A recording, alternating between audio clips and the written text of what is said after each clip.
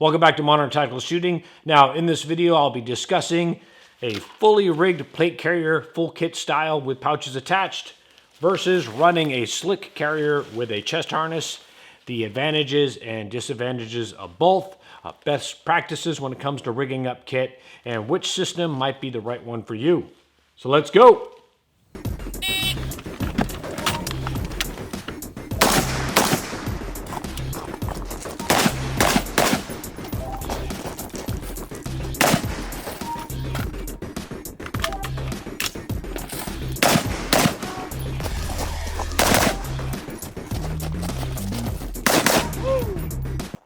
Now, of course, over my 26 years in the military, really 19 with Special Forces, starting in 2000 when body armor really became the norm with the issuance of the MOLLE gear, I'm pretty used to running a fully rigged plate carrier with pouches attached. We call it full kit.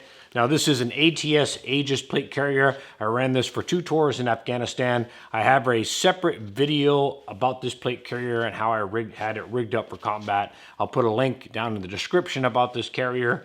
But since retiring in 2017, I have slimmed this plate carrier down a little bit since how I had it rigged for full-blown combat. I basically dropped the radio pouch on the back, grenade pouch, and one of the mag pouches. So I just slimmed it down a little bit. I still use this from time to time when I'm doing CQB style training. Yeah, that's what I'm talking about. Now, the other carrier I have that I'm going to talk about in this video is from Faro Concepts, their Slickster. This is actually a first generation Slickster I got from SKD Tactical back, I believe, around 2017. I actually used this when I did a short stint doing military contracting. So I actually used this downrange for a little bit in conjunction with some chest harnesses. Now, in this video, I'll be talking about this low-vis chest harness from ATS Tactical Gear. It's in their Wolf Gray. This just came out, but this is the primary chest harness I'm using right now when I'm running an AR-15. So right out the gate, where a fully rigged plate carrier shines, of course, is being able to carry a lot of gear and, more importantly, spreading it out across your whole body, across your whole torso, because you can mount stuff to the front, the sides, and, of course, the back of the carrier.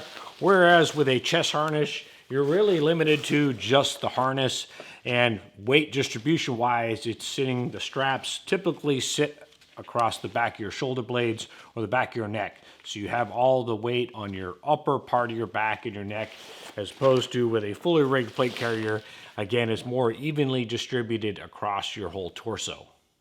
So one advantage a slick carrier has when used in conjunction with a chest rig is the ability to match the chest rig to the type of weapon system you are using. So here I have an AR mag chest rig. I also have a chest rig, and I believe this is an old Diamondback Tactical. I have this chest rig set up for shotgun when I'm using my 870. I've got loops in the front, and in the mag pouches, I have homemade quick draws. So I basically took a cheap bandolier from Walmart, you know, those bandoliers you wear across your body, and I cut it into multi-round strips and just sewed a simple 550 pull tab on here so I can load up the 5.56 mag pouches. That's my shotgun one. And then I also have an old school Blackhawk chest rig, very old school, but it's a great chest rig for AK mags. This will hold 2 mags per pouch. So this is my AK-47 chest rig.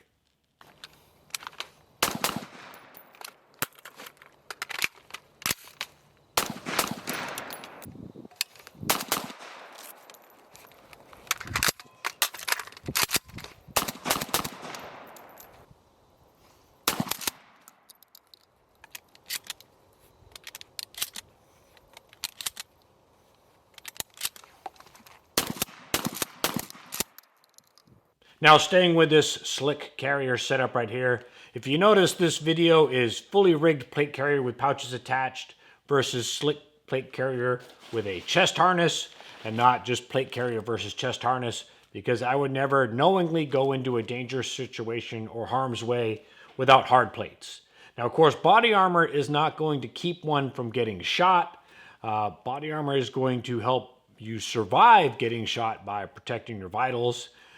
A lot of people are talking about wearing keeping your plates to the front when you're doing room entry and things such as that.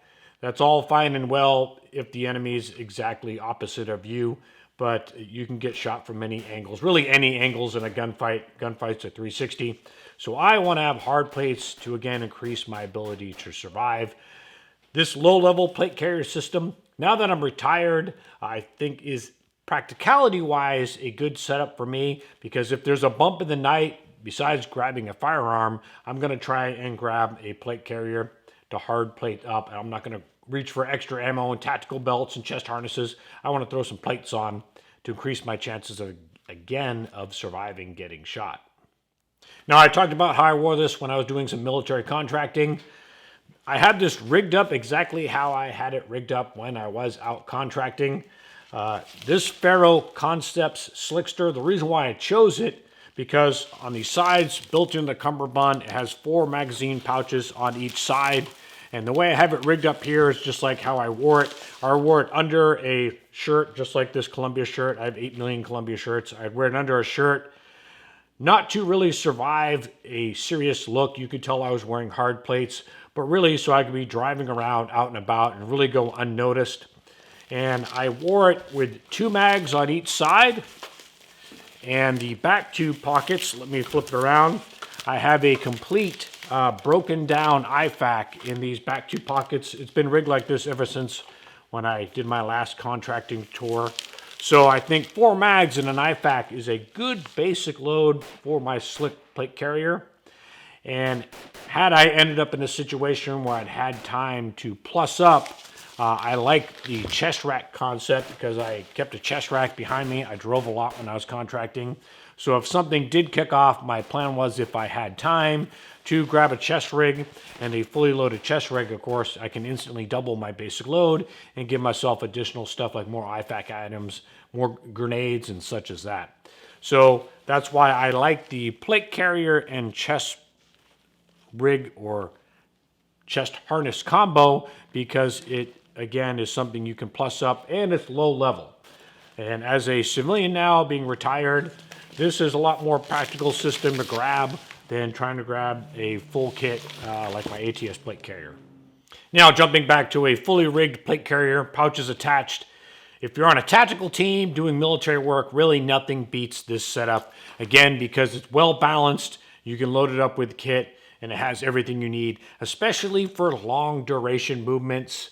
I wore this thing up to 3 days at a time in Afghanistan, and I think wearing a plate carrier and chest harness after really a full day, that would get old fast. Properly rigged up, you can wear a plate carrier for days on end, and if you got it balanced out well, it's not too arduous of a task to wear one of these for multiple days. Now let me cover some guidelines or best practices that I use when I'm rigging up full kit with regards to how I like setting up a plate carrier. The first one is leaving a clear path. If you're running a secondary, leaving a clear path in your kit to get to your pistol. You don't want to have to be fighting around pouches to get to your pistol. And on the draw stroke, you don't want to be pulling the pistol up and having it bump on pouches because you have a lot of stuff hanging off the sides. As you can see right here, this is left pretty slick. I wear some mags, but that's really just towards the 5 o'clock on my body, and I keep my pistol side pretty clear. Now, the second thing I follow is in regards to rifle reloads. And let me go back in time a little bit. In 2000, when the Molly gear first came out, we were rigging up plate carriers. All the magazine pouches for rifles came with a flap only. And it wasn't until about the middle of 2004 that I started to see the open top magazine pouches with the little bungee retainer. But what we started to do back then is a thing called a happy mag. Back then we used to just keep one flap folded open so we can grab a mag for an emergency reload. But I've followed that principle to this day. You don't want a bunch of loose magazines not retained by anything. I always keep the bungees on these front ones. But I've always kept that principle of a happy mag or your emergency reload mag. Now, for the longest time, I ran an ITW fast mag. I ran one of these down range. And then later, towards the back half of my third tour in Afghanistan, I added this ATS horizontal fast mag. I tested it downrange, and this became my primary spot for an emergency reload. I still had this on my kit, But the way I work it is for tactical reloads and admin reloads, I'd go off of my magazine pouches that have the bungee secures or flaps, and only an emergency reload if I'm in the middle of engaging a threat and I go to bolt lock, do I grab one of these because it provides the fastest reload possible.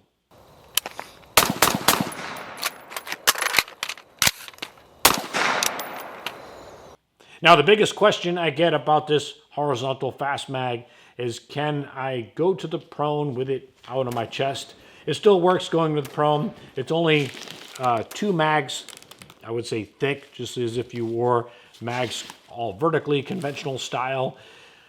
Now, one thing you need to keep in mind in going prone, despite basic training where you spend a lot of time in the prone and a lot of time in the prone as an infantryman out on FTXs, in real life, if you're seeking cover and going prone, you really need to be jumping into a ditch or looking for those natural depressions in terrain. You don't want to be jumping down in the prone on some tabletop flat area. That only exists on flat ranges and in urban areas. And I can tell you, the times I did go to the prone in Afghanistan, I was using, again, natural depressions or going behind walls or ditches. I just wasn't laid out in the open on the prone, hoping the enemy didn't see me.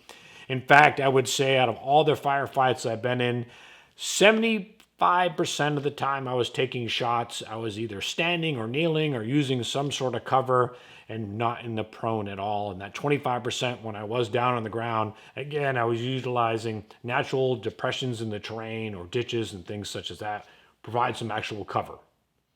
Now, the next tip I'm going to talk about, or guideline I follow, doesn't really have to do with rigging up the plate carrier. It has to do with the length of pull on your rifle.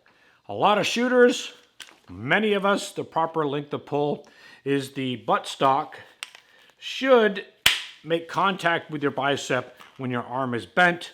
So if you look at my forearm, buttstock is just touching it, and that gives a great length of pull to pull the stock in, good buttstock to shoulder contact when you're not shooting in kit. When shooting in kit, there's a tendency for a lot of shooters to collapse it too far, too close in, so they're not getting good buttstock to shoulder contact because they think the plate carrier is taking up a ton of room. So you'll see them too choked up on the gun, and so they're not eating their rear sight or charging handle.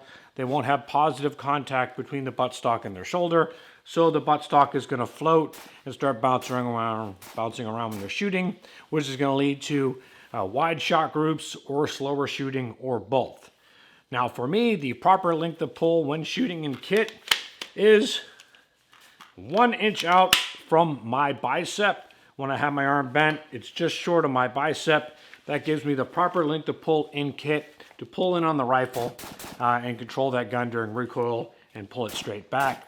And it just so happens that inch out from my bicep works for me when I'm not shooting in kit. Now, for a lot of shooters, you will have 2 settings, when not in kit and when in kit. And a handy trick is just put a paint marker for the setting you have on when you're shooting in kit and say a different color if you want 2 paint marks for when you're not shooting in kit. You can do it that way. Again, for me, I lucked out, and 1 inch short of my bicep for me works for shooting in kit or not in kit. Lastly, let me talk about vetting your setup or vetting your kit, how you have your plate carrier rigged. It's going to take more than going out on the flat range and doing some up drills or some simple reload drills. You actually need to go out and spend a lot of time in your kit with a lot of running and gunning to see if the setup is going to work for you, and everything where you have it rigged is set up where it's going to be reachable and in the optimal spot to be able to get access to it. If you talk to any soldier who spent time in any sort of combat MOS, they are probably going to tell you that they've rigged up their kit one way based on how they believed training was going to be or how the deployment was going to be. And then after a few days out during training, during a long FTX field training exercise, or in the beginning of a deployment, they ended up switching their kit either all the way around or making some major modifications because the way they had it rigged up, expecting what they were going to be facing, once they got out, it actually changed. Plus, when you're actually out running and gunning beyond some simple up drills, that's where you truly find out if your setup is set up right, allowing you, again, access to the pouches and having enough gear and the right stuff without being too overloaded. So you really got to get out and do some running and gunning. I offer some training courses, and I do have some people that show up in full kit. And I've seen it where at the end of the day, they talk about how they have to make some changes to their gear because after a full 8 hours of running and gunning, they find out that maybe some pouches where they had them set up aren't placed right, or they have too much stuff or not enough stuff. And it didn't help them facilitate reloading or weapon manipulation or anything like that. So you truly need to vet your setup, and I believe it's going to take more than just, a day on the flat range doing some simple drills. You got to do some running and gunning, some extended movements in it to see if your setup is good to go. So where do I stand on which is best? Really, it does depend on what you're doing. If you're a member of the military or you're serving on a full-time tactical team, law enforcement, military, obviously a plate carrier rigged up with pouches is probably the best option. Again, you can rig it up to carry a lot of items, and if you have it rigged up properly, it'll be well balanced and you'll have no problem wearing it for long durations, long movements.